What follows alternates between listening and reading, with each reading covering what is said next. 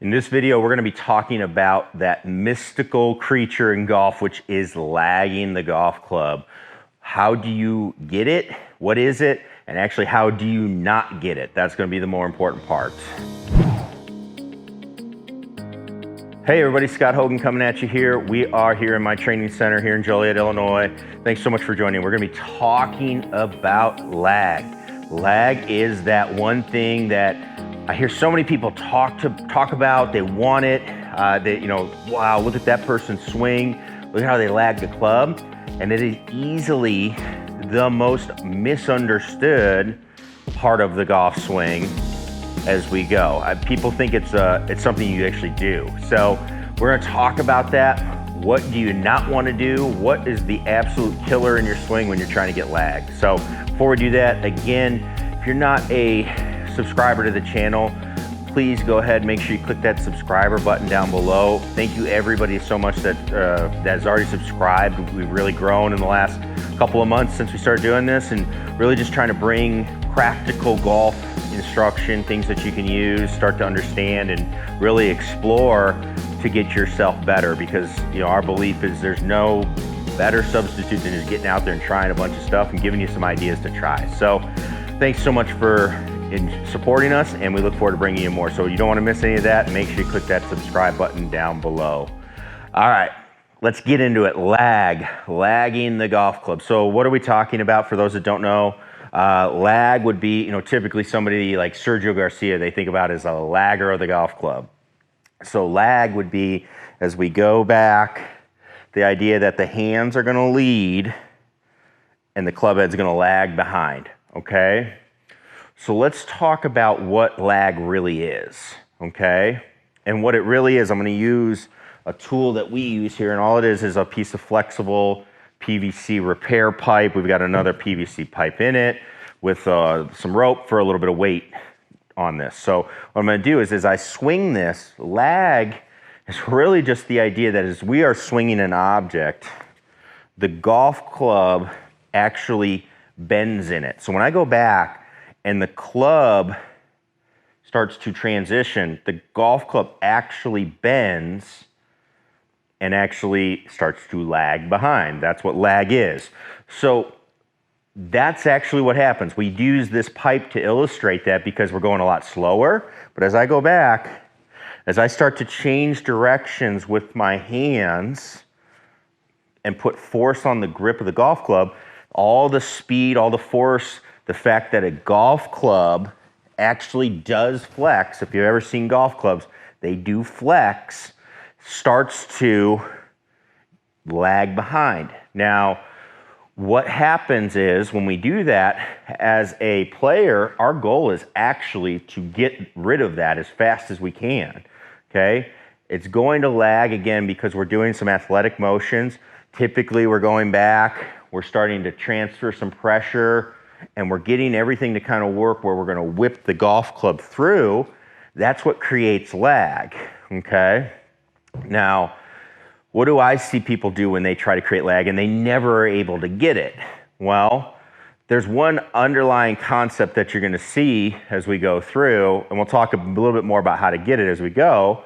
But again, that idea here that the golf club is going to lag behind just by doing some natural work where, all right, I'm just putting pressure on the grip and I'm not worried about just moving my arms, not pressuring the grip, things like that. So that's really all you need to know as what lag is. It's just doing the right things and the golf club will then lag behind, okay? Now, what do people do that hurts them in trying to lag? And this is going to cause you to never be able to lag the golf club, okay? So the first one is when they get up here to the top, they think they're going to pull their hands down into the golf ball. It looks like it in slow motion, it looks okay. Like, hey, my hands are ahead. The problem is when you actually go to do this in a full swing, you will never lag the golf club because there's one minor problem, and it's actually a major problem. I'm nowhere close to hitting the golf ball at the time that I need to actually hit the ball. So what happens is we're coming down. Everybody, our brain realizes, oh, I gotta actually do something to hit the ball. I'm gonna miss. So then it starts to back up out, and then it starts to say that's not going to work, all right? Then we get to the lag issues, okay? So you make contact, but you've got a problem there, okay? So people pull that club down. Now there's a second problem that happens when you pull the golf club down like that. When you typically do that, okay, and you make sure you can see my wrists here. When you do that, my wrist goes into, my left wrist goes into what's called extension. You're gonna see it's very, very cupped here. When I do that, this golf club face, you can see how it's leaning backwards this way, is way, way open, okay? Not gonna be able to get to the ball in this short amount of time properly and lean the golf club forward. What is gonna happen? We've gotta square up the golf club. Now all of a sudden we're flipping, okay? So the more you try to pull your hands forward, typically I don't see many people pulling forward and having this wrist bowed with this more shut face.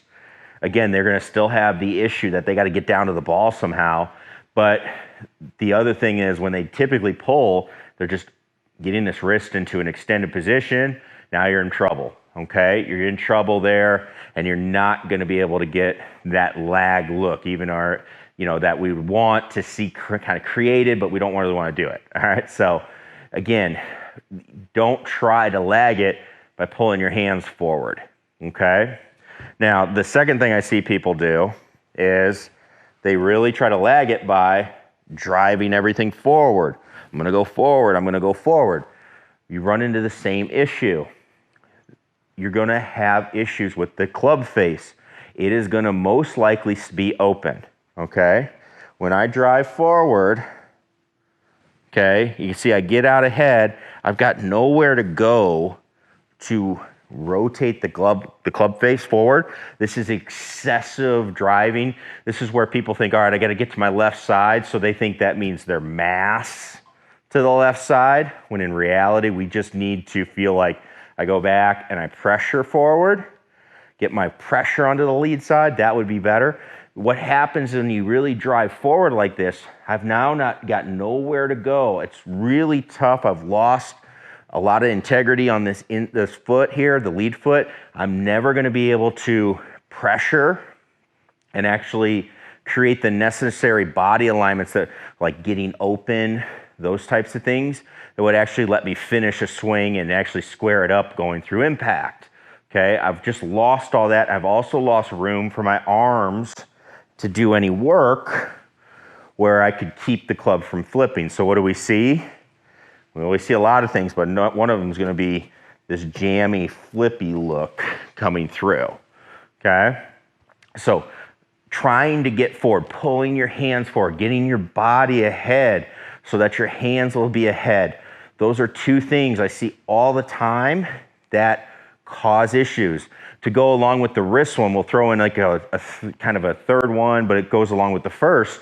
I see people try to lag their hands down, okay? Get their hands in close, because they see it from a video perspective, face on. They see, all right, the club's coming in closer. Again, the same issue happens. Look at how my wrists go. You're in trouble right there if you do that. You're never gonna be able to get the golf club in that laggy position with this wrist. You are always gonna come in flipped, and you're gonna throw that golf club out to accommodate getting the club back to the ball, very simply. So those are the things I see people do that you don't want to do when you're trying to lag the golf club. Now, what do you want to do? Well, like I said, it's very simple. You want to get a good feel for this golf club working around as you go. Again, everything kind of starts from the handle. You have to move the golf club around. Very typically, it's the exact opposite feel of what you think. Feel versus real, the exact opposite thing, all right? So when you bring it back up, what you're gonna wanna feel is this golf club actually working more down, okay? And you're gonna feel your hands pushing the golf club out, okay? Now we talked a little bit about training your hands to go. We're gonna clarify that in a future video. If you see our trainable hands video, we're gonna kind of combine how that hand motion actually is what we want to see when you're working. But when you have the club, what you want to see the club do is actually working down and out. If you notice, when I do that, watch where my hands go. I'm trying to keep the club out wide. I'm trying to keep the face squaring up. Notice how I'm able to create that lag position look, and I'm not trying to lag the golf club in. I'm literally moving the golf club, and because of how everything else works, I'm able to create that lag look, okay? So instead of trying to pull the club in, trying to get your hands in close, get your hands ahead, think the opposite. Think about, I want to go wider.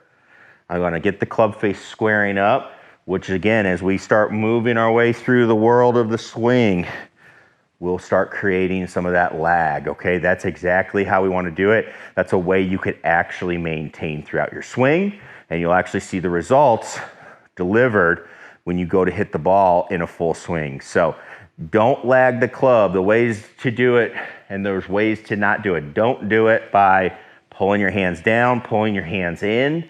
That leads to a way open face. You're never gonna get there.